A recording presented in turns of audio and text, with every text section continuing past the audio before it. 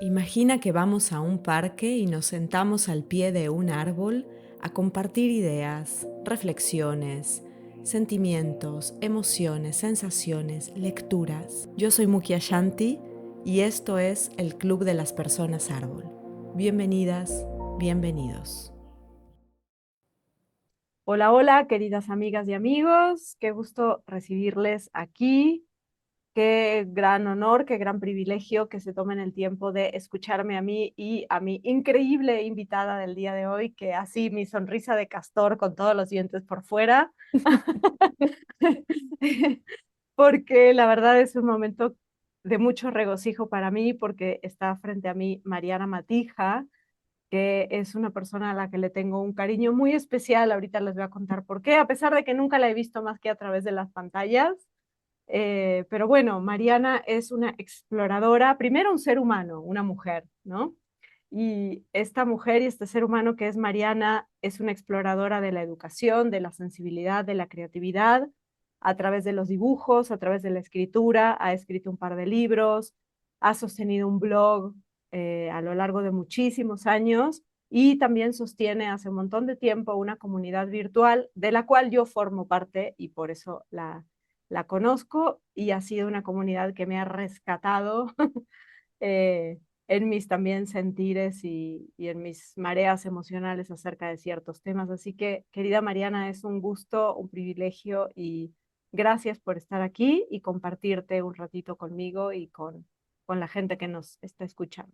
Ay, gracias, gracias a ti por esta invitación y por esta presentación tan linda y tan generosa. Me hace tan feliz saber que lo que has encontrado en la comunidad ha sido nutritivo para ti. Para mí ha sido muy hermoso encontrarme contigo ahí también y estoy muy feliz por esta conversación. Sí, gracias. Sabes que es cierto, porque creo que alguna vez te lo conté. Yo llegué a la comunidad que, bueno, se llamaba Ser Tierra en aquel Ujú. entonces, hoy se llama Un Jardín, que por cierto pueden ir a mirar qué es lo que hace Mariana en esta comunidad y también unirse si ustedes lo desean. Pero yo había regresado hacía bien poquito a mi ciudad natal, en Argentina, y me encontré con algunas cositas que me hicieron doler mucho, ¿no? Acerca de Mm, árboles y ecosistemas y cosas así.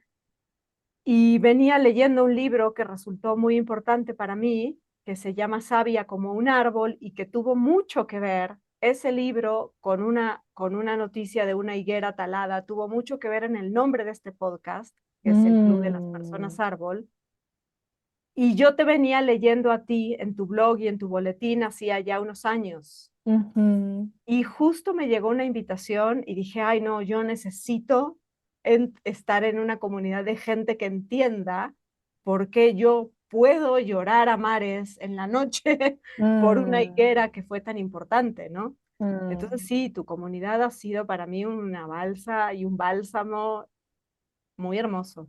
Ay, qué alegría, qué lindo. Para mí también lo ha sido, o sea, es como, ha sido un regalo también ver la forma que ha ido tomando la comunidad y pienso en lo lindo que es, o sea, en lo mucho que me gusta que en este momento se llame un jardín porque yo la siento además así, o sea, siento que es algo que ha ido tomando su propia forma, pues que yo he ido como atendiendo con el paso de los años y que he ido sembrando cositas, pero que también han ido floreciendo o sea, como que aparecen sus cosas espontáneas y es muy sorprendente y muy esperanzador en el sentido en el que a mí me gusta entender la esperanza. Es muy esperanzador ver lo que sucede ahí en el encuentro con las personas que participan, pues como esta apertura a la sensibilidad y a permitirnos estar en el mundo reconociendo que el mundo pues nos conmueve y nos abraza con su belleza, pero también nos sobrepasa a veces con el dolor, que eso es como inevitable,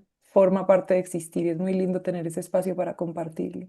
Sí, yo siento que van juntas, ¿no? Las dos cosas. O sea, huirle al dolor es también negar nuestra propia sensibilidad. Y sabes que hace poco, bueno, en esta comunidad y gracias a lo que ahí se propone, he encontrado muchos autores y libros y, ¿no? A mí también me gusta mucho leer y hace poquito en el club de lectura yo no pude estar en cuando leyeron el de Burkeman, el de Oliver Burkeman. Ujú. Yo no pude estar porque tenía compromisos aquí en México, pero me leí otro libro de él, yo no lo conocía. Mm, Leí este de las 4000 El de las semanas. 4000 semanas. ¡Wow! Me detonó la cabeza. Sí, sigo pensando en ese libro muchísimo. Y él habla mucho de que nuestro afán de huir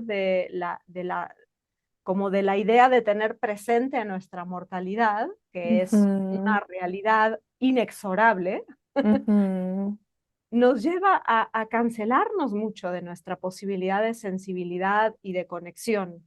mm. Van relacionadas y eso, bueno, pues también trae un dolor y una serie de sensaciones, pero negárnosla, pues nos cierra las puertas también de todo lo más maravilloso que tiene la experiencia humana. Claro. Sí, para mí es como que hay una imagen muy clara que es la de la anestesia. O sea, la anestesia siendo la gran bendición que puede ser en algunos momentos, ¿cierto? Porque a veces es necesario tener algún tipo de apoyo que ayude a hacer más llevadero el dolor.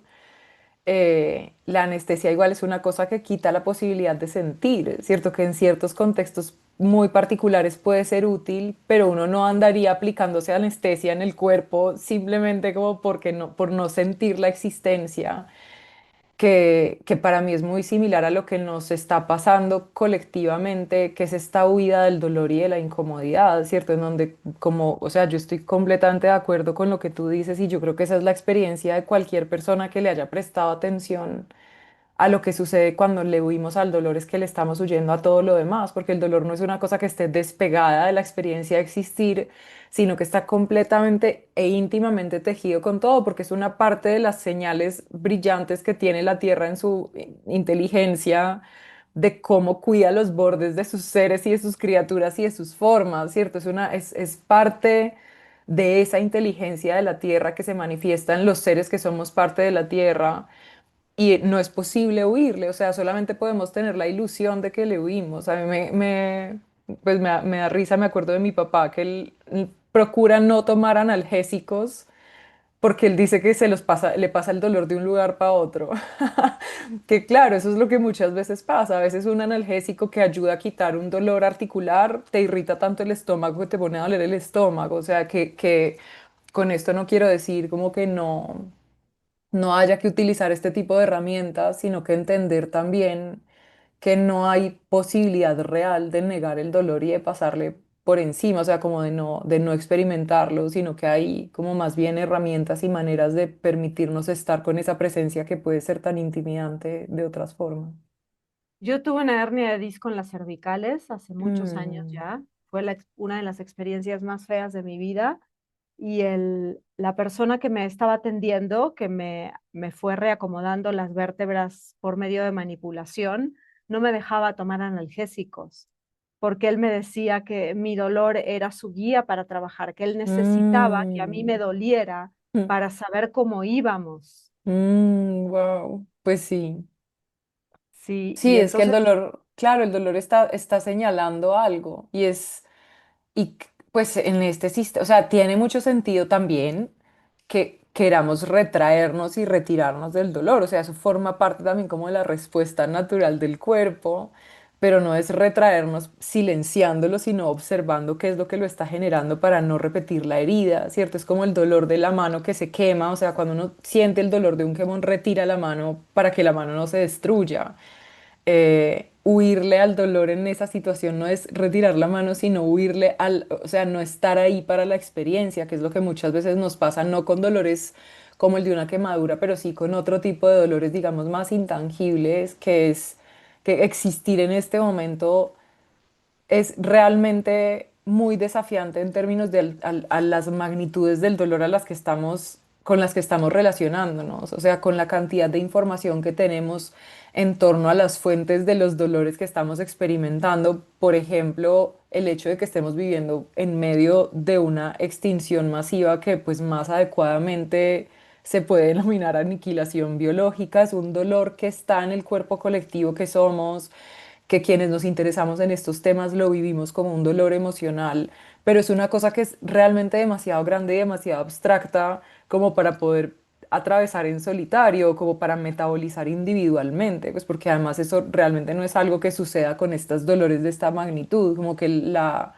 el pasarle por encima y el negar que ese dolor está sucediendo no resuelve lo que está causando el dolor, sino que nos aleja de la posibilidad de relacionarnos con la realidad de una manera que sea coherente con lo que nos está pidiendo, con lo que ese dolor nos está señalando y con lo que nos está pidiendo también, que es que prestemos atención a todas las otras formas de la vida con las que estamos en relación y con las que estamos íntimamente tejidos y de cuyas vidas nuestras vidas dependen además, ¿cierto? Que somos un entramado y que no es como, ay, qué pesar, se están perdiendo estas especies o la Tierra está pasando por esta crisis o están sucediendo estas cosas horrorosas de guerras además por siglos en múltiples lugares y es como esto no está teniendo ningún efecto, no, claro que está teniendo un efecto y el efecto es esta, entre otras cosas, pues también esta invitación a mirar cómo queremos existir. O sea, si nos negamos a experimentar y a mirar ese dolor, pues nos perdemos de la posibilidad de hacernos preguntas sobre cómo estamos existiendo, que creo que es también de lo más precioso que sucede ahí en la relación con el dolor.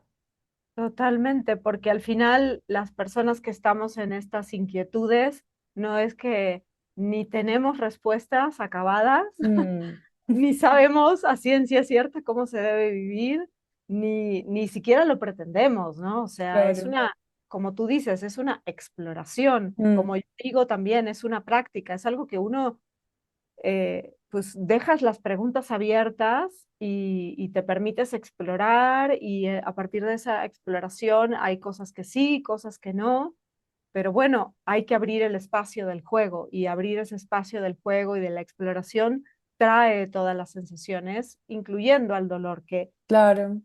me imagino que cuando tú dijiste esta frase que a mí me hizo tener muchas ganas de hablar contigo, que te referiste a rehabilitarnos como seres humanos en Ajá. un jardín, yo me imagino que tú vas por ahí cuando hablas de eso, ¿no? Ujú.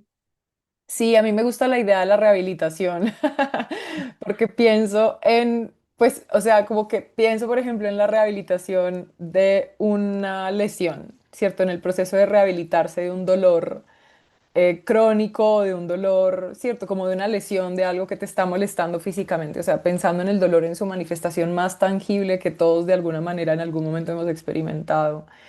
Y el proceso de rehabilitación es una, pues por un lado, una invitación a prestar atención a lo que duele, ¿cierto? A estar ahí, a dedicarle tiempo y energía, a ver qué rango de movimiento tiene, a ver qué necesito darme para fortalecer lo que le está dando apoyo, por ejemplo, si es un dolor articular, qué le está dando apoyo a eso, de qué maneras me estoy moviendo, o sea, como que empieza a ampliar una perspectiva de relación con eso que duele, pero no porque, o sea, precisamente para, por, a través de darle espacio al dolor, permitirse recuperarse de ese dolor sin que eso signifique nunca nada me va a volver a doler, ¿cierto? Ni quede curada por siempre y nunca nunca nada me molestará jamás. Y entonces la idea de la rehabilitación me gusta también por eso, porque es abrirnos a ver de qué maneras hemos, pues como que sostenemos heridas, dolores, dificultades de rango de movimiento ya en otras, digamos, en otros aspectos más sutiles de nuestra existencia, ¿cierto? Y que en torno a qué cosas se rigidiza nuestra manera de leer la existencia y nuestra experiencia en el mundo y cómo podemos ayudarnos para, para recuperarnos de eso, para aprender, reaprender a leer.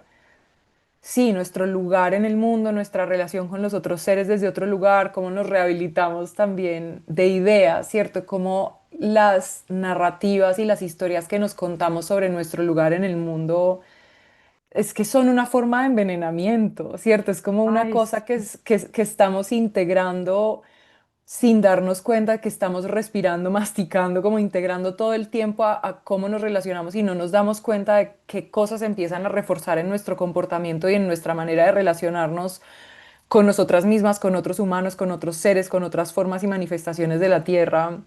Y no nos damos cuenta de qué cosas reforzamos en ese proceso, ¿cierto? Entonces esta invitación a rehabilitarnos es ¿qué es, qué es esto que necesitamos observar como para permitirnos estar? Es que quisiera encontrar como una palabra que me guste mucho hoy, porque la que se me viene en este momento es como para estar de manera más auténtica y más auténtica en un sentido muy amplio, ¿cierto? No es como, ay, esta es mi personalidad y así es como me he percibido, sino yo soy un animal sintiente, vulnerable, interdependiente y eso marca de entrada unas condiciones básicas de existencia que yo necesito cuidar para que mi vida siga siendo posible y para que mi vida no sea una amenaza para la posibilidad de la existencia de otras vidas.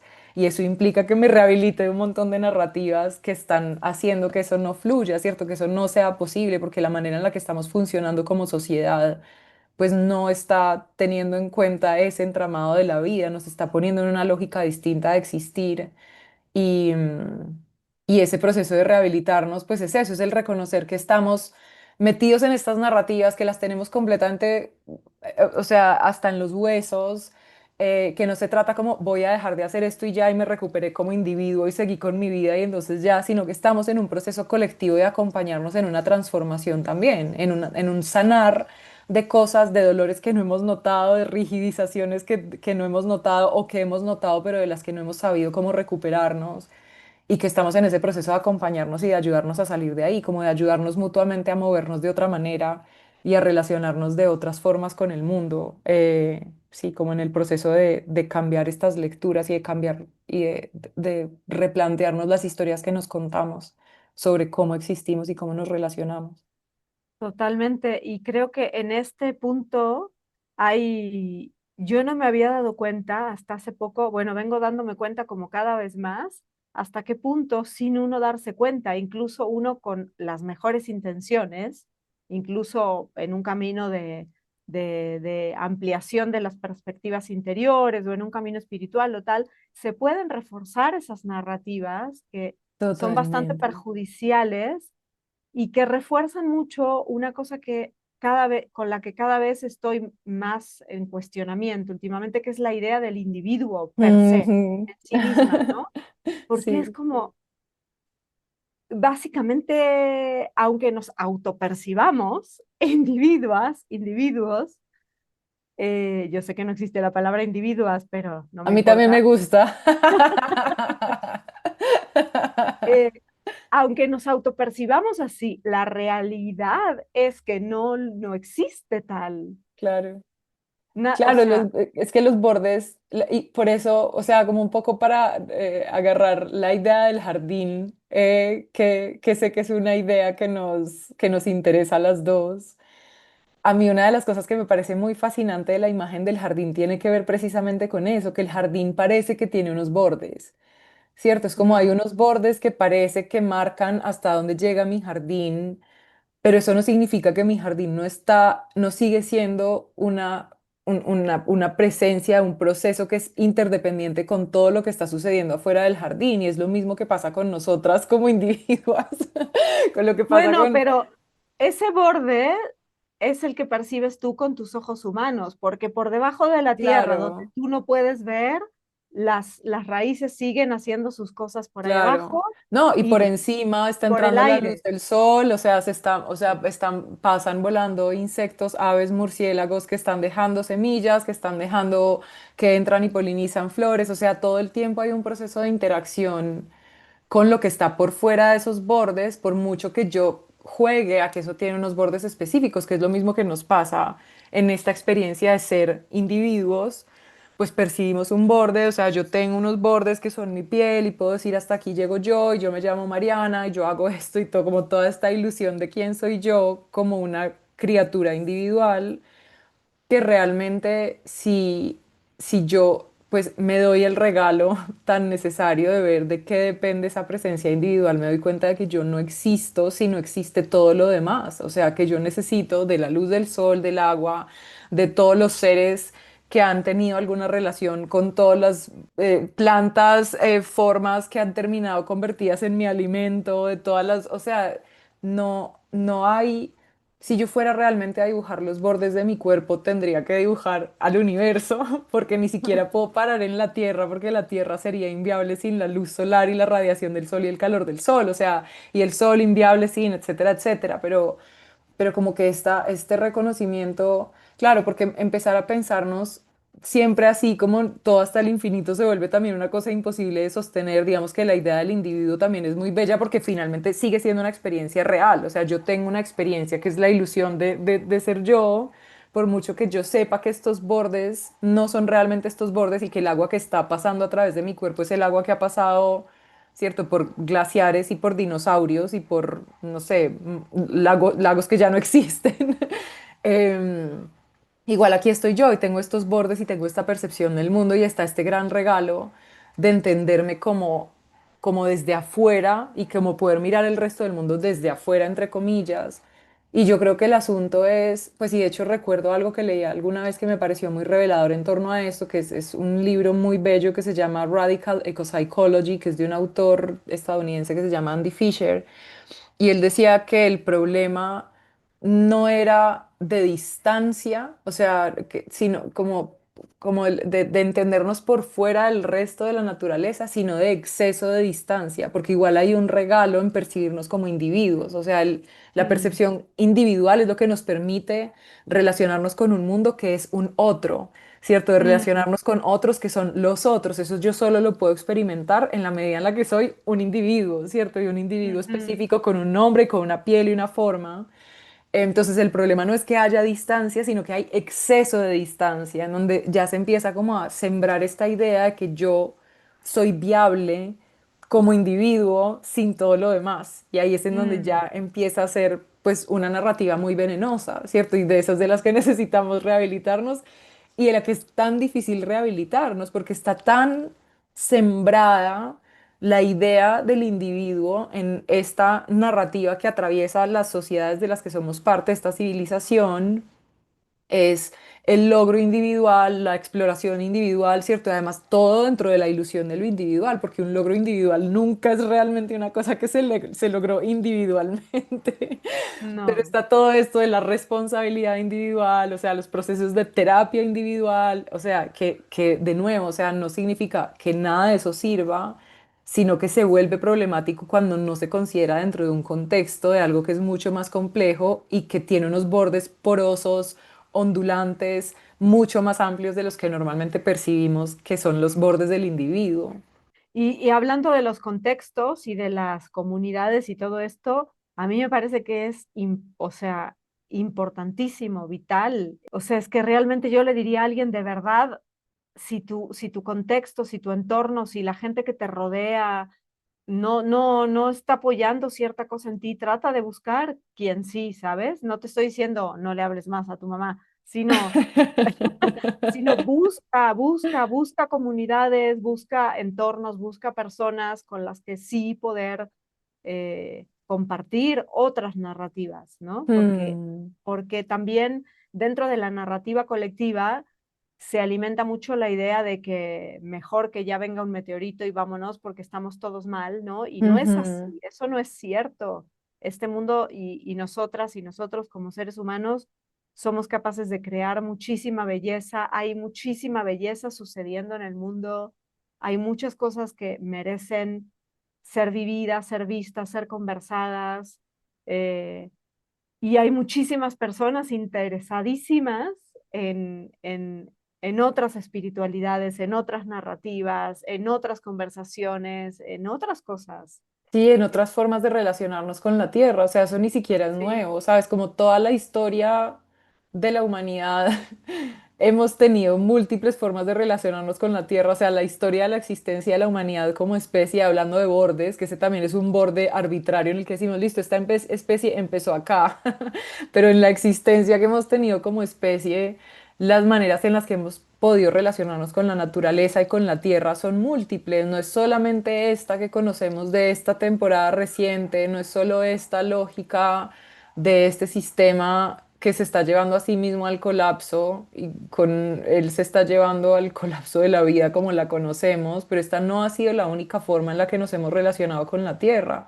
O sea, los humanos hemos tenido múltiples otros tipos de relación y las seguimos teniendo en este momento, no solamente comunidades humanas que no forman parte de este sistema, sino incluso dentro de este sistema muchas personas que tienen muy clara la intuición de que este no puede ser el único camino y que están trabajando muy comprometidamente en otras maneras de relacionarse con ellas mismas, con otros humanos y con el mundo. O sea, eso también está sucediendo y pues yo creo, o sea, una de las cosas con las que yo o sea, con las que siempre insisto, nunca tengo vergüenza de insistir sobre esto y es sobre la importancia de no aplanar la realidad con afirmaciones tipo los humanos somos lo peor, ¡Ah! No, porque porque es un lugar, o sea, yo puedo entender cómo se llega a esa idea. Yo misma sostuve esa idea durante mucho tiempo. Me parece que es muy comprensible llegar a esa conclusión si uno tiene su corazón medianamente abierto al mundo y se está dando cuenta de lo que está pasando y está como con una cierta lectura de la realidad, yo creo que es comprensible que se llegue a la conclusión de los humanos somos lo peor. Y además hay cosas de nuestros sesgos cognitivos y el funcionamiento de nuestra mente que le ayudan, ¿cierto? El sesgo de confirmación, el sesgo de negatividad, como que ayudan a reforzar esta mirada en la que vemos que en efecto, como claro, conclusión natural, los humanos somos lo peor, pero cuando nos permitimos abrirnos precisamente a la complejidad, abrirnos a los múltiples matices de existir, nos damos cuenta de que eso que nos parece que es lo peor en la humanidad no es lo único que está pasando y ni siquiera es lo que la mayoría de los humanos están haciendo, o sea, es lo que se está haciendo desde unos lugares de mucho poder que están generando como una sensación de una narrativa inevitable del horror cuando en medio de eso múltiples comunidades humanas que se entienden tejidas con el resto del mundo viviente están haciendo todo el proceso de regeneración y de rehabilitación y de resistencia en mostrar que hay otras formas de existir. Y yo creo que no, o sea, no se beneficia la Tierra y no nos beneficiamos nosotras con la narrativa de los humanos, somos lo peor. Si alguien sale ganando con esa narrativa, es el sistema mismo que está generando el horror. O sea, como que a mí hay algo que me parece muy frustrante de esa narrativa de los humanos somos lo peor y es ver que muchas personas que la sostienen son personas que de otra manera tendrían mucha disposición para relación, o sea, como para participar de manera muy activa en unas transformaciones que la Tierra nos está pidiendo, pero esta narrativa de los humanos somos lo peor, como que queda encima de todo esto, es como listo, entonces ya no vale la pena hacer nada. O sea, si somos lo peor, entonces ni para qué me esfuerzo si ya somos lo peor. Y me parece frustrante además y me parece muy curioso, bueno, y a la vez pues comprensible, pero a veces la intensidad con la que algunas personas se aferran a esa idea, o sea, me ha pasado en diferentes contextos que al abrir esta conversación sobre que los humanos no somos lo peor, hay personas que defienden la idea, pero ¿cómo me vas a decir que no somos lo peor si, listo, prueba A, B, C, D, E, F, G, ¿cierto? Es como, claro, yo sé que todas esas cosas son ciertas, pero eso no es lo único que está pasando, están pasando muchas otras cosas. Y si yo me dejo tragar toda mi energía por la idea de que los humanos somos lo peor, realmente ya no tiene sentido ni siquiera que me levante de la cama. Y para mí no, esa no es la manera de existir. O sea, yo veo a la tierra en todas sus otras múltiples formas, floreciendo y haciendo nidos y entregándose a la existencia plenamente y las flores saliendo con todos sus colores, no como, ay, hoy voy a salir menos colorida porque, ¿para qué?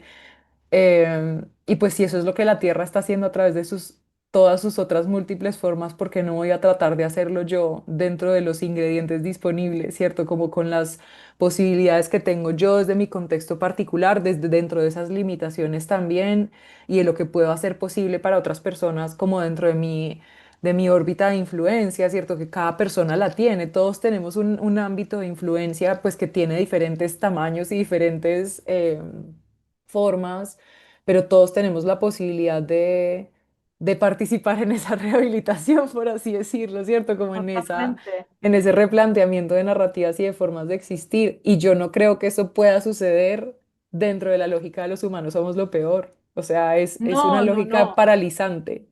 Mm. no.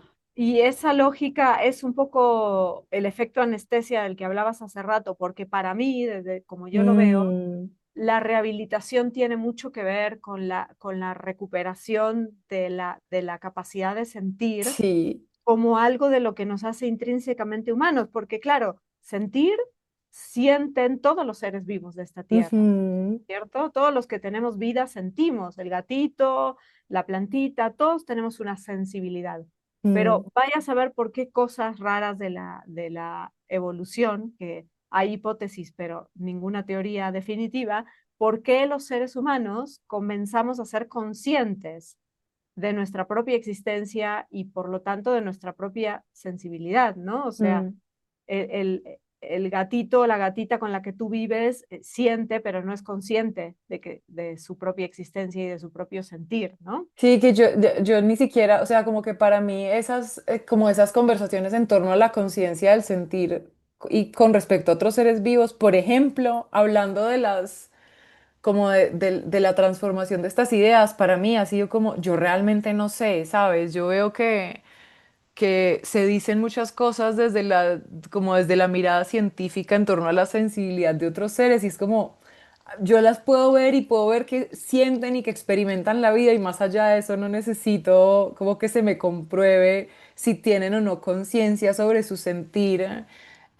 Y de hecho, pues ahora que, porque es que me parece interesante también, tengo por varias cosas muy presente en estos días unos estudios que se han hecho con plantas y con la sensibilidad y la inteligencia en las plantas, que a mí esto me parece muy bello porque es como todo el tiempo estamos descubriendo que el mundo es más fascinante de lo que imaginamos y más sensible y más inteligente de lo que muchas veces somos capaces de imaginar precisamente a través de estas narrativas que nos han atravesado tanto, ¿cierto? Como Ujú.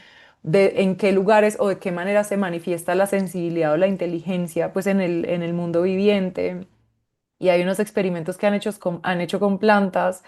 Hay uno que fue con una planta que no recuerdo cómo se llama, pero que es como una planta que se usa mucho para estudios de laboratorio y la pusieron, o sea, se dieron cuenta que cuando la planta está siendo masticada por unas orugas, que son las orugas de la mariposa blanca del repollo, esa planta genera una reacción química que le vuelve más amarga a las hojas. Entonces, como, ah, claro, la planta siente cuando está siendo mordida.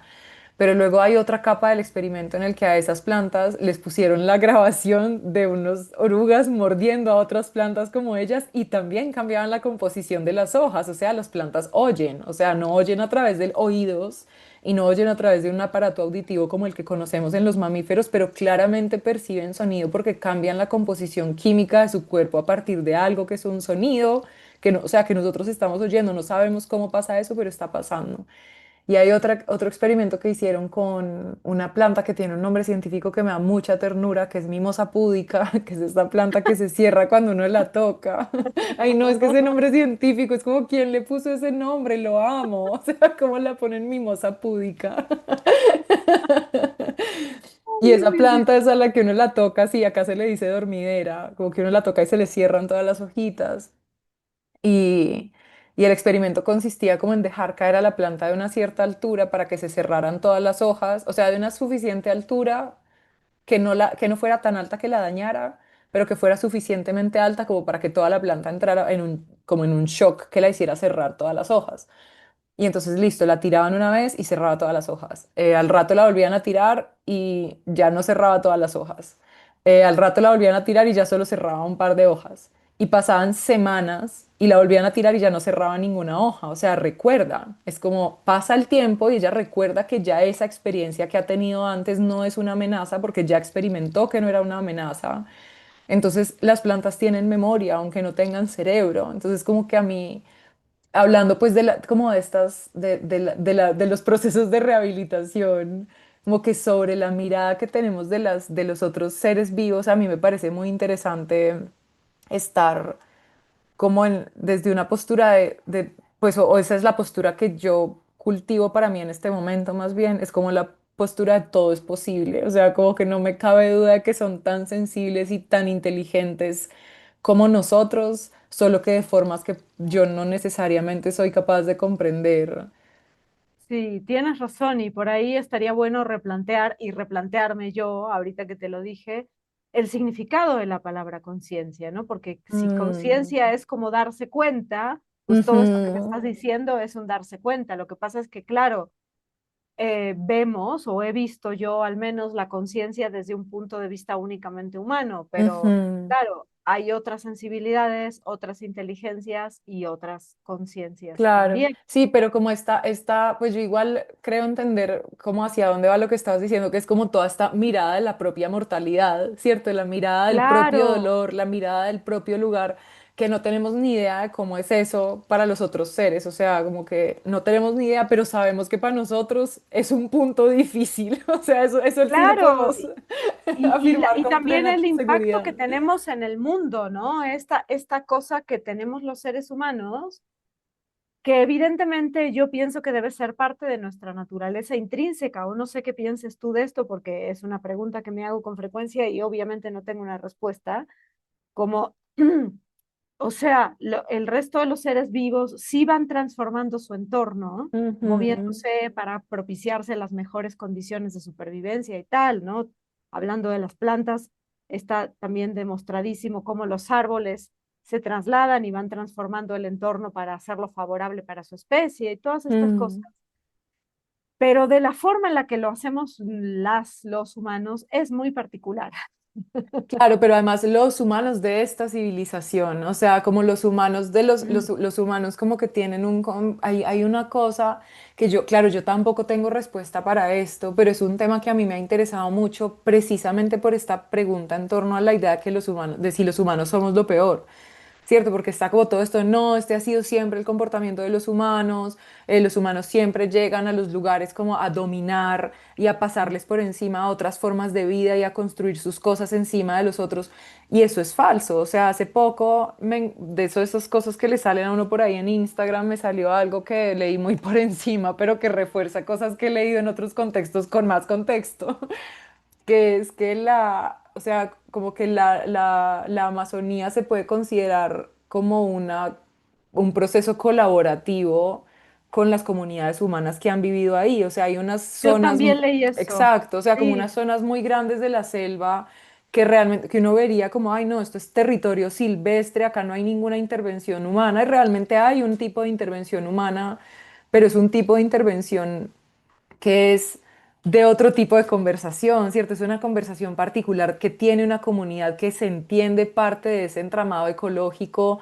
aunque no lo nombre entramado ecológico, pero que entienden y que están observando cuidadosamente su impacto ahí. Lo mismo pasa, por ejemplo, en lo que ahora conocemos como Norteamérica, muchos de los que se considerarían bosques vírgenes o bosques en los que no ha habido intervención humana resulta que pueden ser el resultado como de procesos de, digámosle, cultivo, aunque yo no sé si esa es la palabra más adecuada, pero sí un proceso de intervención de comunidades humanas, de comunidades indígenas que han pasado milenios ahí y que han desarrollado una conversación con las especies del lugar. Y una cosa muy, muy bella, y que esto ahora que pues volviendo a la idea del jardín, esto es algo que a mí me llama mucho la atención porque yo veo eso por ejemplo, acá, cuando uno va por carretera, ve las montañas, ¿cierto? Están las montañas así, pues como con bosque y tal, y hay zonas en donde se ven como, claro, están como las zonas en donde hay una casa que se ve que es de una finca ganadera y todo alrededor es un peladero porque solamente es para tener vacas, pero hay otras que son como casas en donde viven humanos, pero alrededor de la casa se ve una explosión de colores, como hay otros tipos de árboles, hay otros tipos de plantas, y hay una de las cosas que se ha observado en estos estudios, pues como de la biodiversidad y las conversaciones de las comunidades humanas con estos bosques que de otra manera se pensarían vírgenes, y es que en donde ha habido presencia de humanos históricamente, en esos lugares, no de humanos de la civilización que podríamos llamar occidental, sino humanos que se han relacionado de otra forma con la Tierra, la presencia de esos humanos por lo general tiene una relación directa con explosión de biodiversidad en esa zona.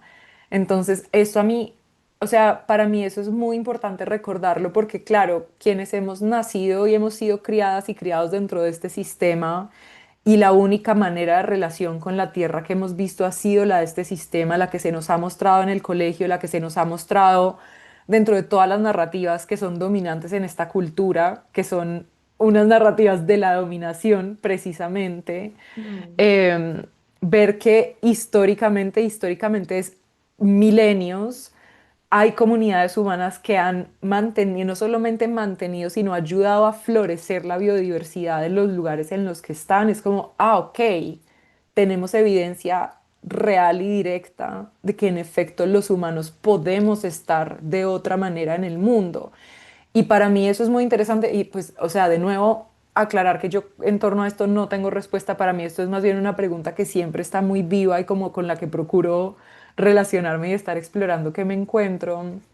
Pero a mí me parece muy interesante mirarlo, pues desde la perspectiva de las presencias de otros seres en sus contextos, ¿cierto? De qué pasa cuando llegan ciertas especies como con ciertas, que se relacionan de ciertas maneras con el ecosistema del que forman parte, ¿cierto? Y hay hormigas que hacen como tienen como una relación como muy de ganadería con los pulgones y entonces empiezan a tomarse toda una planta y empiezan así, así, así y la planta se empieza a decaer porque, o sea, empieza a ser insostenible esa sociedad de hormigas ahí, o sea, esto pasa guardando las diferencias y las proporciones, pasa en otras especies.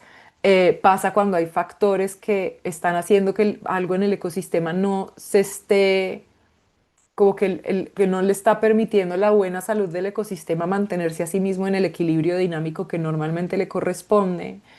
Y un ejemplo que se me viene a la mente y que me parece interesante considerar, también porque hay una frase que yo no recuerdo de quién es, que dice que crecer por crecer es la lógica de una célula cancerígena, o sea, como la lógica de este Sí, sistema que es crecer por crecer y hace poco estaba viendo algo también en Instagram, hay que decirlo, era como un estudio que se hizo en torno a los tumores, em, y que algo que estaban observando era que lo que estaba pasando entre esas células era una falla en la comunicación, como algo en la comunicación eléctrica de las células que las que fallaban en esa comunicación como que se salían de ahí y empezaban a comportarse como si no estuvieran en relación con el resto del cuerpo y empiezan a crecer y a crecer y a crecer con la lógica de crecer, ¿cierto? Que eso es lo que le pasa a esta civilización.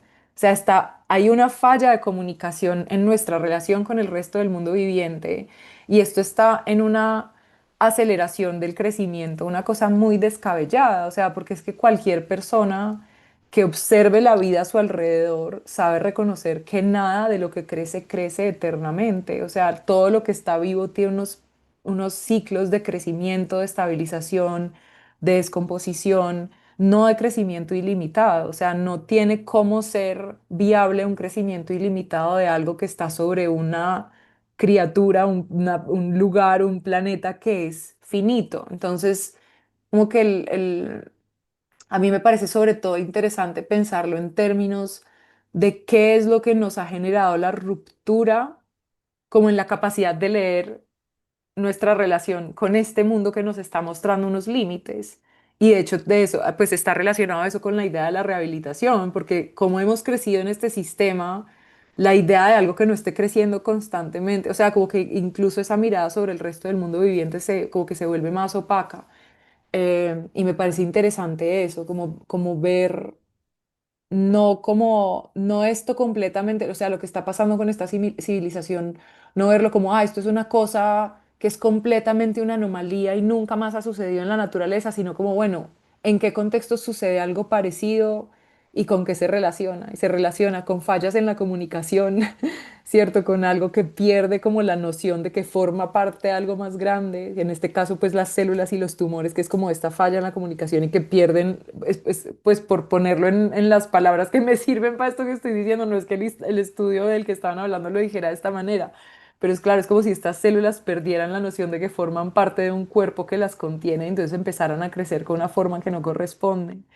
Eh, y desde ese lugar, entonces también cómo podemos relacionarnos pues con nuestra propia presencia en el mundo desde un lugar que no sea de puro desprecio y de esto es horrible y ya, ¿cierto? Es como somos parte de un cuerpo, estamos respondiendo de una manera que no tiene sentido para el mejor funcionamiento y para la salud de ese cuerpo colectivo grande del que somos parte, que es la Tierra.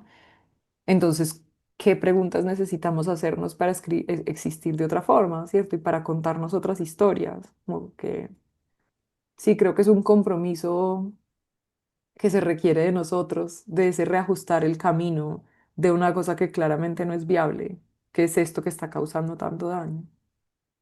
sabes que ayer empecé a leer como, hay muy poquitos libros que yo he leído más de una vez, y uno es el que empecé a releer otra vez anoche porque les estoy armando una clase yo tengo un programa para mujeres en perimenopausia. Mm, Y entonces estoy muy interesada en las cosas que dejamos entrar a nuestro sistema eh, Ujú, con la creencia errónea de que son inocuas, pero nos generan un impacto masivamente negativo, por ejemplo, a nivel hormonal, ¿no? ujú, Entonces llegamos, las situaciones que llegamos a los 40 y pico de años, la mayoría de las mujeres muy intoxicadas, desde mm, narrativas hasta mm, excesos de hormonas que no hemos logrado sacar de nuestro cuerpo porque, porque las vías de limpieza de nuestro cuerpo están tapadas por un montón de cosas. Y entonces les estoy escribiendo una clase sobre el olfato, sobre el mm, sentido del olfato, y me acordé de este libro que se llama Una historia natural de los sentidos. Es de una mm. estadounidense que se llama Diana Ackerman, es una mujer de más de 70 años hoy, y que, ay, me parece que te gustaría mucho, Mariana, ese libro. O sea, con el título ya me sedujo. Sí, es eso, es una seducción porque ella te va llevando a través de los 5 sentidos del Ujú, cuerpo físico, ¿no? Sabemos hoy que hay más de estos 5 sentidos, por ujú. supuesto. Te va llevando de una manera que combina desde la ciencia, la poesía, datos históricos, su propia experiencia. O sea, es una mujer que, wow, maravillosa y cómo lo cuenta y todo. Y anoche estaba leyendo una parte sobre el olfato y me acordé mucho de cosas que hemos hablado en tu comunidad y de lo que íbamos a hablar hoy, que tenía mucho que ver con esto de rehabilitarnos y de la sensibilidad y tal, porque ella dice, mira, te voy a leer una partecita. Cuando nos describimos como seres sensibles, del latín sentire, sentir, del indoeuropeo sent, que es dirigirse a, ir, de ahí ir mentalmente, lo que queremos decir es que somos conscientes. O sea, Mm, ella relaciona directamente la sensibilidad con la conciencia. ujú. El significado más literario y amplio es que tenemos percepción sensorial. Y esto, mira esto, que me encanta. En inglés existe la expresión to be out of his senses, que es estar fuera de tus sentidos y que se Ujú. usa para hablar de la locura. Mm, O sea que qué fuerte, qué lindo. es muy linda la idea, porque entonces esta descarnamiento que nos hacemos a nosotras mismas, a nosotros mismos, interrumpiéndonos el sentir por el miedo, por la apatía, por el motivo que sea, por la anestesia, el temor de sufrir, por el Y temor por del la dolor. sobrecarga, o sea, también por la sobrecarga. Que creo que eso hay que Exacto. mencionarlo, sí. Podría ser equiparable a estar loco, ¿no? Mm, Y dice aquí que entonces que como seres humanos únicamente nos imaginamos a personas privadas de su sentir, a los fantasmas. mm. Y que Ay, quiero entonces leer ese libro. es Suena muy bueno. muy Mm, hermoso el libro, te lo súper recomiendo.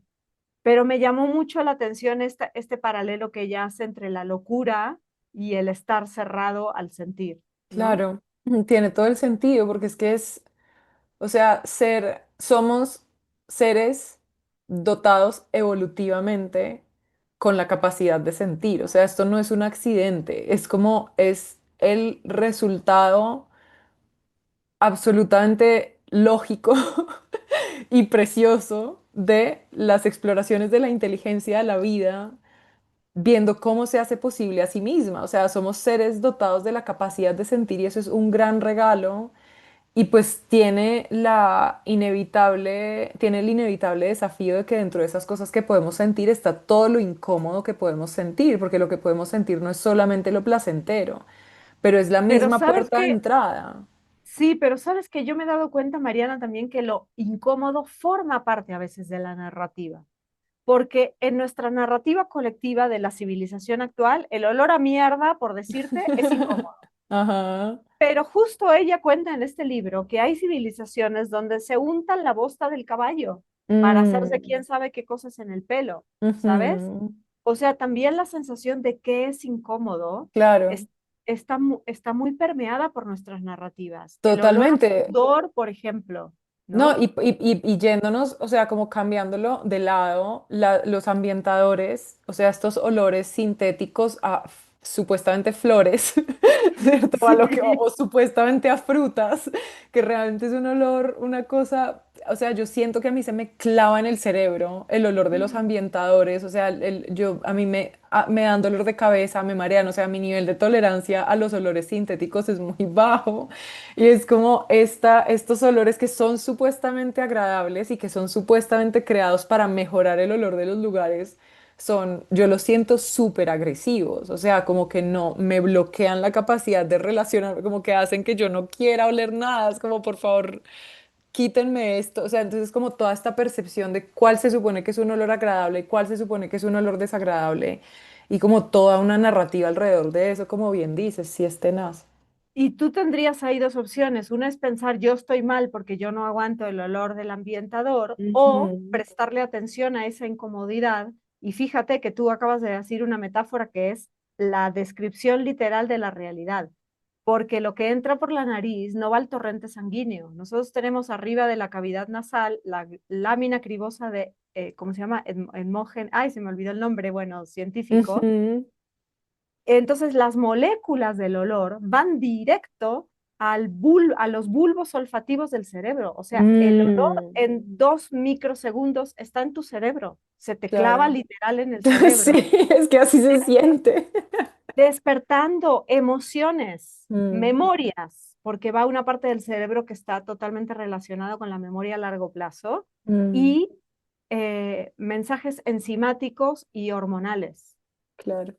O sea, esa es la importancia que tiene lo que olemos. Y eso que puede ser incómodo son mensajes para seguir. O sea, nuestros primos antepasados de hace miles de años, ¿cómo detectaban si no había fecha de caducidad en las cosas? ¿Cómo Mm. detectaban que algo se podía comer o no?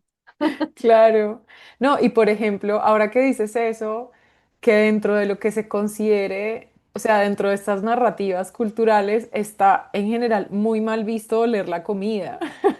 Es como, Sí. tú te sientas a comer y oler la comida, es como mala educación. A mí me encanta oler la comida, o sea, yo como me, me siento a comer algo, es como que rico, quiero ver qué me voy a comer, lo quiero, ya lo miré, o sea, qué rica propuesta estética, ya me está dando satisfacción visual, ahora quiero oler qué rico esto y luego probar, o sea, es como toda la experiencia sensorial, pero el tema es, pues que ahora que lo pienso que no lo hemos visto por este lado, hablando de lo de las narrativas y esto que pues específicamente con el olfato, pero yo creo que esto se puede traducir a muchas otras cosas y es cómo acercarse a oler la comida se ve como una cosa muy primitiva porque es algo muy animal.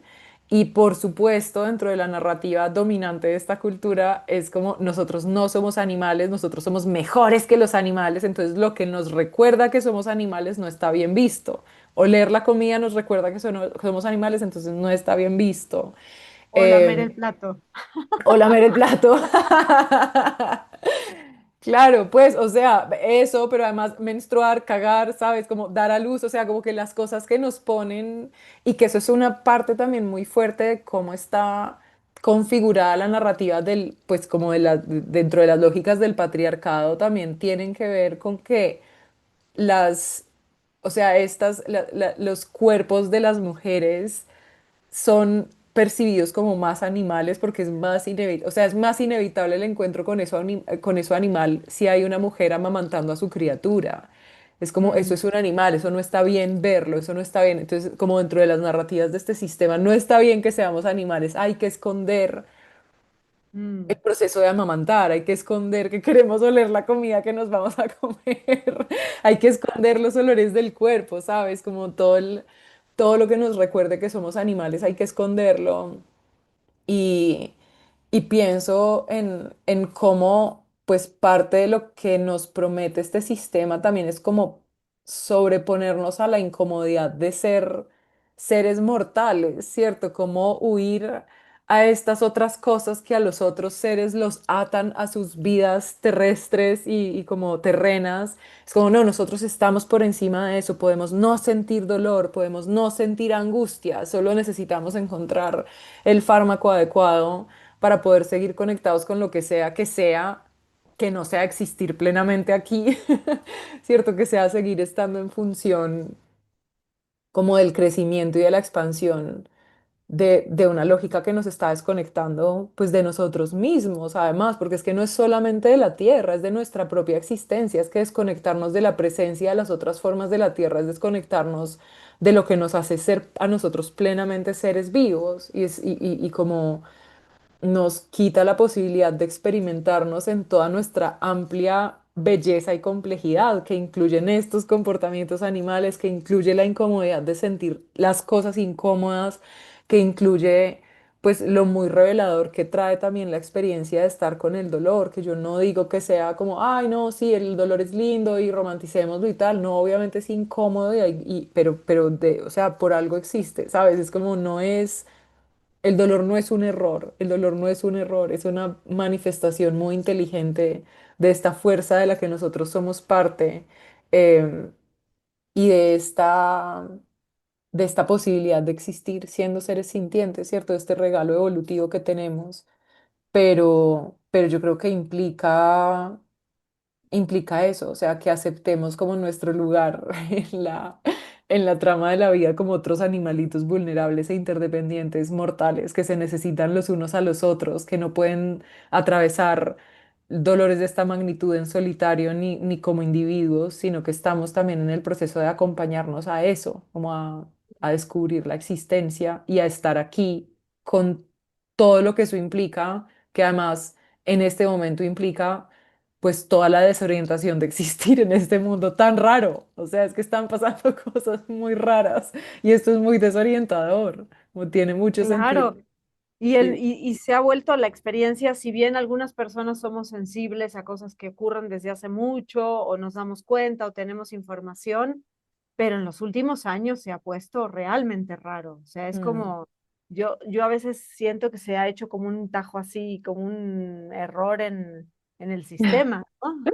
Sí, o sea, es que a mí, pues tengo esto muy presente estos días, que es como la cosa de con las imágenes y los textos creados por inteligencia artificial.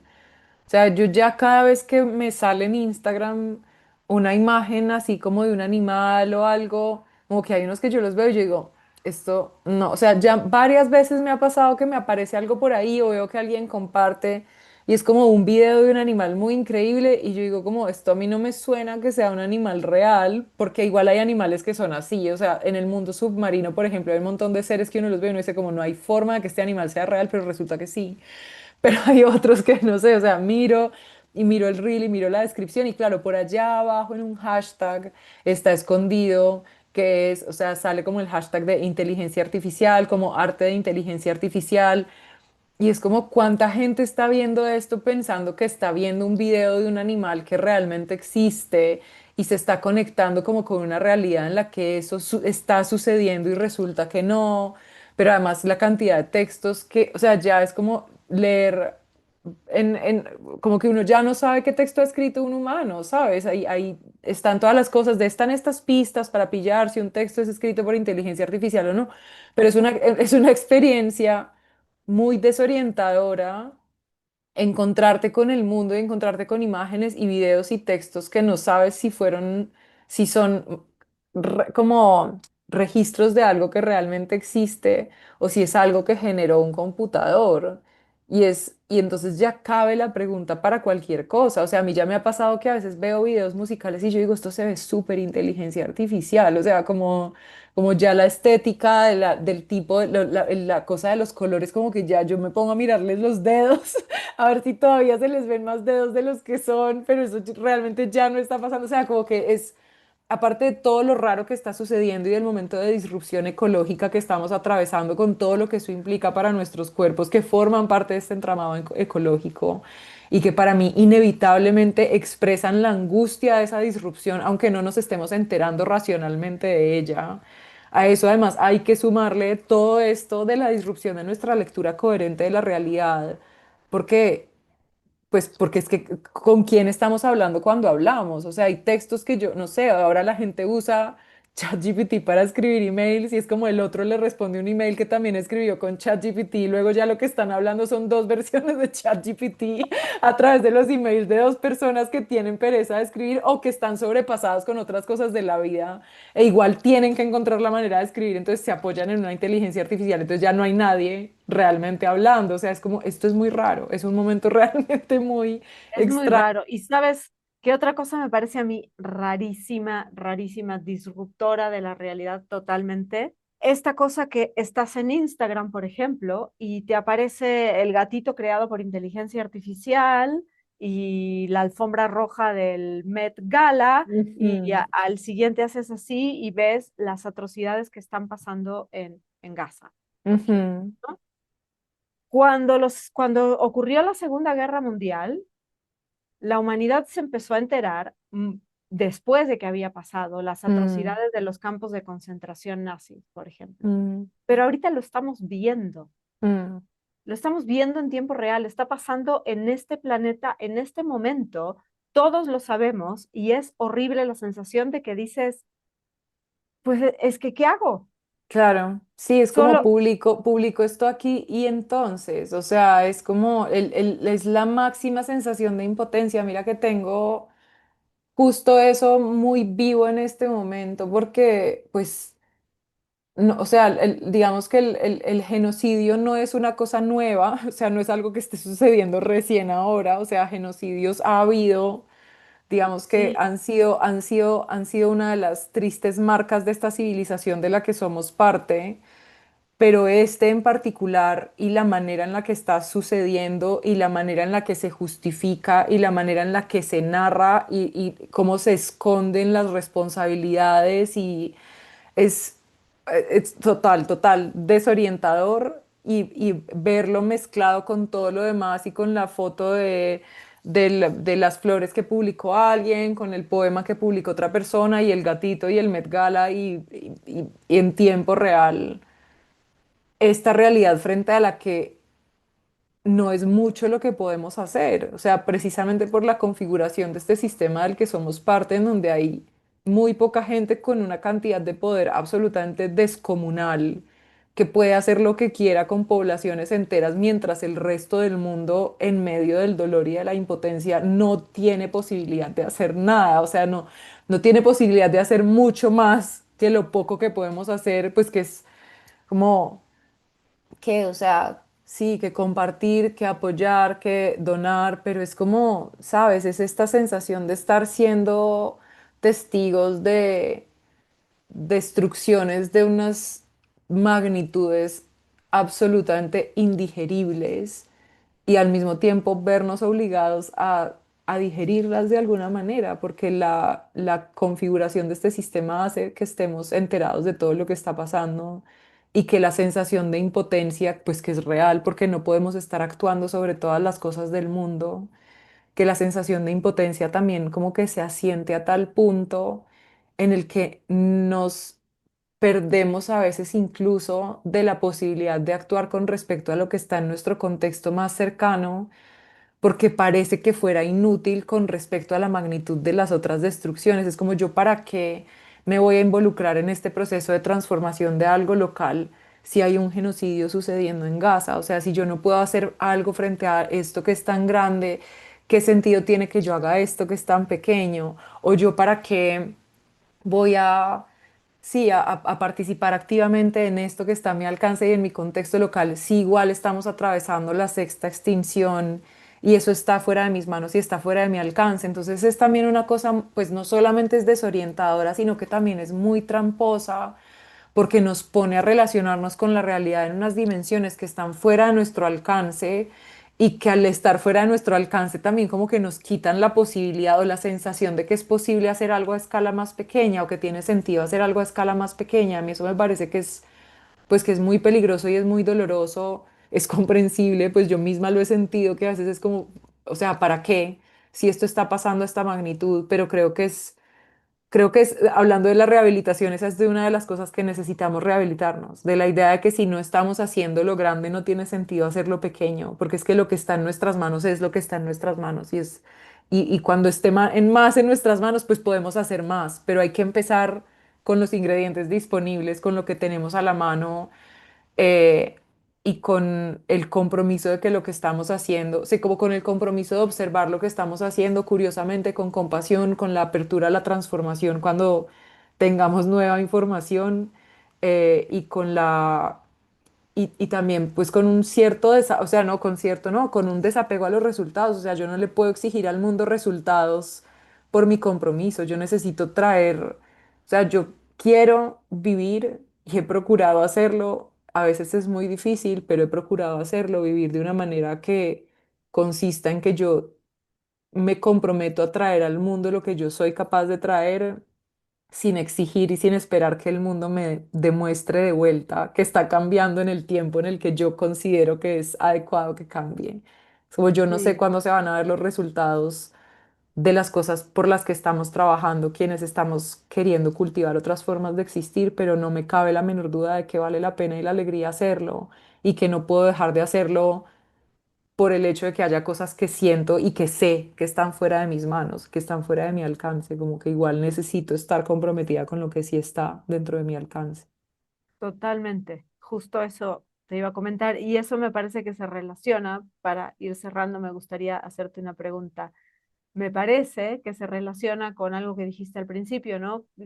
Mencionaste la esperanza y dijiste, bueno, como yo la entiendo. Ajá, Entonces, intuyo que tu entendimiento de la esperanza tiene que ver con esto que acabas de decir, pero te quiero preguntar, ¿cuál es tu entendimiento de la esperanza? ¿No? Porque es sí. demasiado fácil caer en la apatía, en la desesperanza, en la abulia, ¿no? En el no hago Mm, nada, me encierro en mi cápsula de audífonos, de desconexión, de videojuegos o de la cápsula que cada quien tenga para ujú. anestesiarse. Eh, pero sí yo también comparto obviamente contigo que vale la pena y la alegría hacerlo y que así se fuera a acabar el mundo mañana, yo hoy plantaría un árbol, no me cabe la menor duda, Ujú. ¿no? Eh, pero bueno, ¿qué es para ti la esperanza? Ay, qué linda que hayas querido traer esa pregunta, porque ahorita cuando lo mencioné dije, bueno, tal vez sería bueno aclarar y luego se me olvidó. Pero la esperanza, yo me acuerdo, voy a contar una historia, o sea, voy a irme hasta un poquito antes para luego llegar ahí.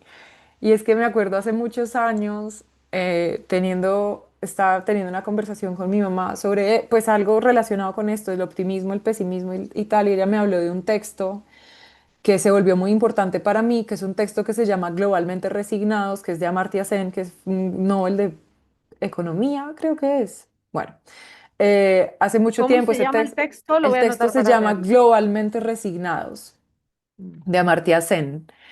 Y, y ese texto se volvió muy importante para mí.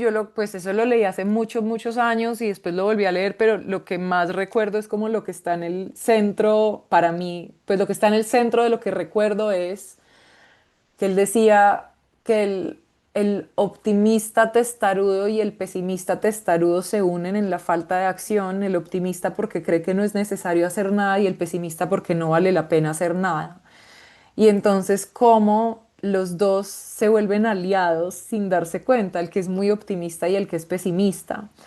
Y para mí eso se volvió muy importante como en esta búsqueda de cuál es el lugar en el que me quiero parar ante esta sensación de desesperanza por un mundo que está transformándose a una velocidad y a una magnitud que está claramente fuera de mis manos, pero al mismo tiempo es la sensación de necesidad de hacer algo. O sea, yo no quiero simplemente decir, esto está fuera de mis manos, entonces no voy a hacer nada. Entonces, como esta pregunta de dónde me paro en ese lugar, ¿cierto? En dónde quiero estar si no es en el lugar del optimista que cree que no es necesario hacer nada ni de la pesimista que cree que no vale la pena hacer nada.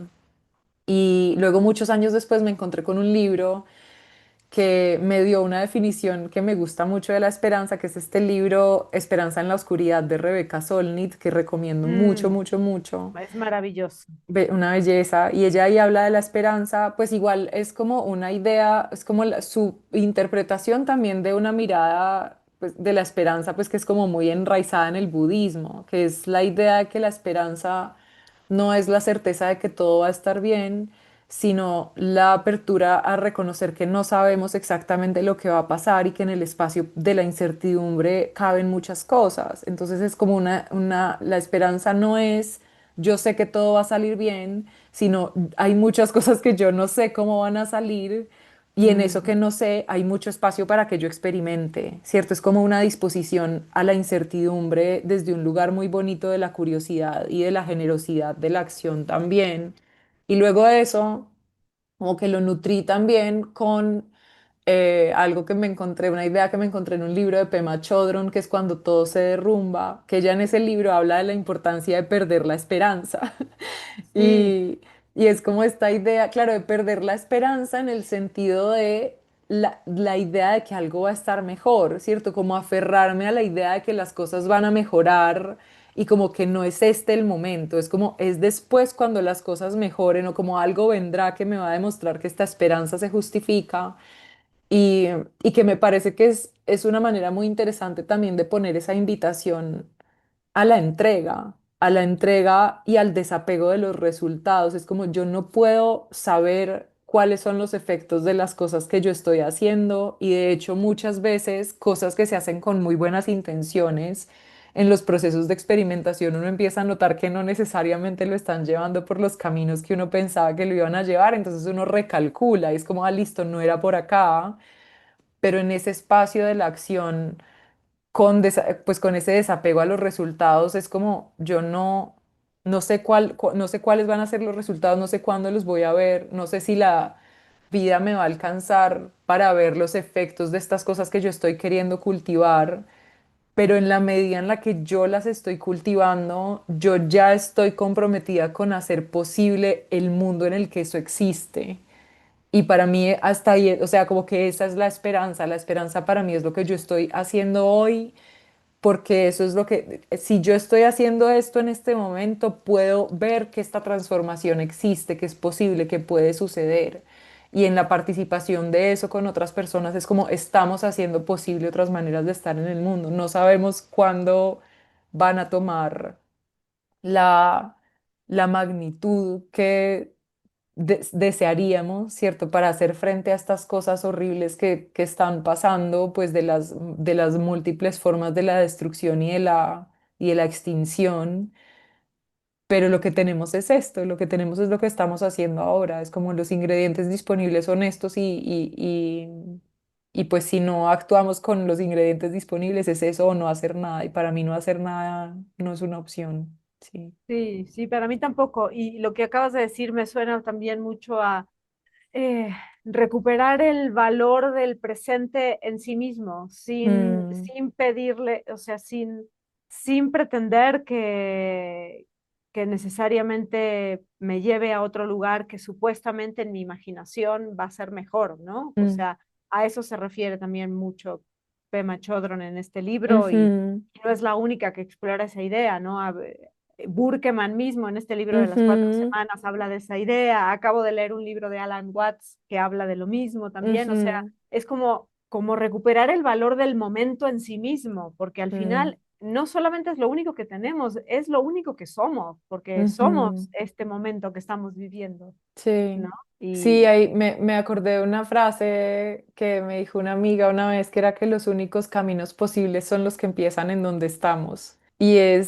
Y es, claro, o sea, ¿qué más quisiera yo que desaparecer la guerra? Desaparecer las armas de destrucción de las vidas de otros seres, o sea, pero no, o sea, existen, o sea, eso ya existe, la guerra existe, esto está sucediendo, o sea, yo no puedo no está en mis manos y en mis posibilidades borrar lo que ya está sucediendo. Lo que está en mis manos y en mis posibilidades existir de una manera que sea una exploración de cómo hago posible un mundo en el que eso no tenga sentido, en el que no tenga sentido que haya unas personas erradicando a otras y que no tenga sentido que haya una civilización erradicando a la vida como la conocemos. Cómo existo ahora encarnando eso que confío en que es una posibilidad, que intuyo que es una posibilidad. Y eso pues es una exploración y es un experimento y es muy incómodo también pues porque no tenemos necesario, por eso, porque lo que hemos hablado, no tenemos respuestas y no es como, ah, yo tengo la garantía de que esto, no, es como es la disposición a experimentar así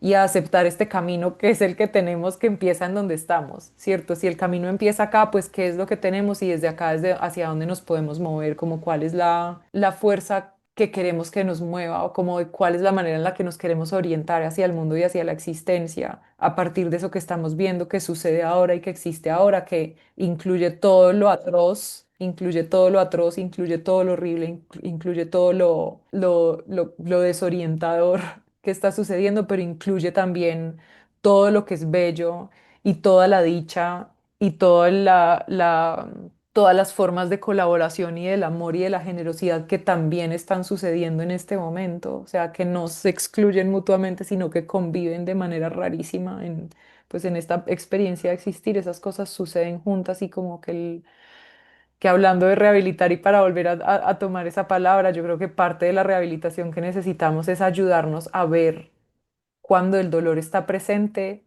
que incluso con la presencia del dolor no dejan de estar presentes todas las otras cosas, o sea, no borra la presencia de todo lo demás, y que en la medida, pues y que en esa medida no huirle, no empieza a tener menos sentido, ¿cierto? Empieza a tener más sentido querer estar ahí como con la disposición a la presencia para ver qué se descubre en esa convivencia de lo difícil y de lo hermoso, que siempre están juntos, Mm, pues porque forman parte de lo mismo, del tejido de la vida. hermoso. Ujú. Mariana, creo que pues con estas últimas ideas está lindo quedarnos. ¿Tú quieres como decir algo para cerrar o? Pues hay algo que relacionado con esto que me gustaría decir que es y hablando de la rehabilitación, ¿cierto? De esta imagen que tenemos tan triste de nuestra propia especie que como decía es muy comprensible, pero yo creo que si hay un regalo que nos podemos dar, que les podemos dar a otros humanos y que le podemos dar en ese sentido a la tierra también, es el de abrirnos a la posibilidad de reencontrarnos con nuestra propia belleza como especie, o sea, de Mm, permitirnos descubrir, porque es que no es algo que nos tengamos que sumar, no es como, ay, voy a tener que aprender a ser una criatura interesante o una criatura llena de belleza. Es como, eso ya está intrínsecamente en cada uno de nosotros. Lo hemos tenido ahí siempre, pero hay un montón de capas de las historias que nos contamos como sistema que nos enseñan a vernos de otra forma. Y yo creo que es un gran regalo el que nos damos cuando nos permitimos como empezar a quitar esas capas para descubrir que ya somos criaturas llenas de belleza y de la posibilidad de relacionarnos con la tierra desde un lugar de curiosidad y de amor y de dicha y de disfrute y de respeto y de cuidado. Em, y quiero eso, como a todas las personas que nos están escuchando, recordarles que eso está ahí, que eso está en el centro de cada una y cada uno de nosotros y que darnos ese regalo y darle ese regalo a la tierra, creo que es dentro de los procesos de rehabilitación probablemente el que le da el nacimiento a todos los demás o el que mejor apoya a todos los demás, como el reencuentro con nuestra propia belleza. sí, y eso se puede empezar de forma individual también, ¿no? Haciéndolo Ujú, con una misma también, sobre todo siendo sí, mujeres, que estamos muy llenas de esas ideas de que hay que agregarnos cosas ujú, para tener una belleza. Y al contrario, nuestra belleza más bella está oculta debajo de todas esas capas de cosas que nos hemos mm, agregado, pero está en nuestra propia piel, en nuestros propios sentimientos, en nuestras propias acciones de cuidado, de ayuda, de gratitud, de generosidad, en nuestra misma esencia, pues, ¿no? sí, sí, sí, así es. Sí, es muy bonito eso. Bueno, Mariana, gracias infinitas y totales. Me podría quedar toda la tarde charlando contigo. Lo mismo te digo, muchas gracias.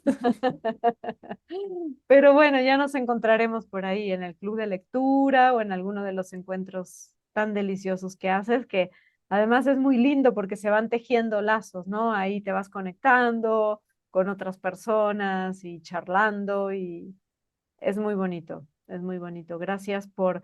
Yo sé que no siempre te ha resultado fácil sostener ese espacio. Hubo momentos donde incluso lo has hasta dudado. Mm, Y yo te súper entiendo porque yo también sostengo comunidades para ujú. compartir con otros seres humanos y a veces cuando una está atravesando un momento complejo se vuelve muy difícil y una se pregunta, pero si yo no me estoy pudiendo sostener ni a mí misma en este Sí, momento, ¿no? sí, sí, sí. Pero yo te agradezco mucho que siempre te hayas mostrado así en tu momento y Mm, que lo hayas sostenido con la forma orgánica que estabas tú siendo en ese momento, porque de verdad es muy valioso y yo sé que no solo para mí, para mucha, mucha gente, ¿no? muchas gracias. Gracias a ti también por estar ahí. Gracias por esta invitación a esta conversación tan rica. Me quedo me siento como nutrida. Ujú. Muchas gracias. Qué bueno. Bueno, Mariana, gracias y un beso a todas y a todos quienes nos están escuchando. Sí, gracias a todas y a todos. Un beso, Mukia. Gracias. Yo soy Mukia Shanti, este es el Club de las Personas Árbol. Gracias por compartir en este espacio lo más valioso que tienes, que es tu atención. Hasta la próxima. Satnam.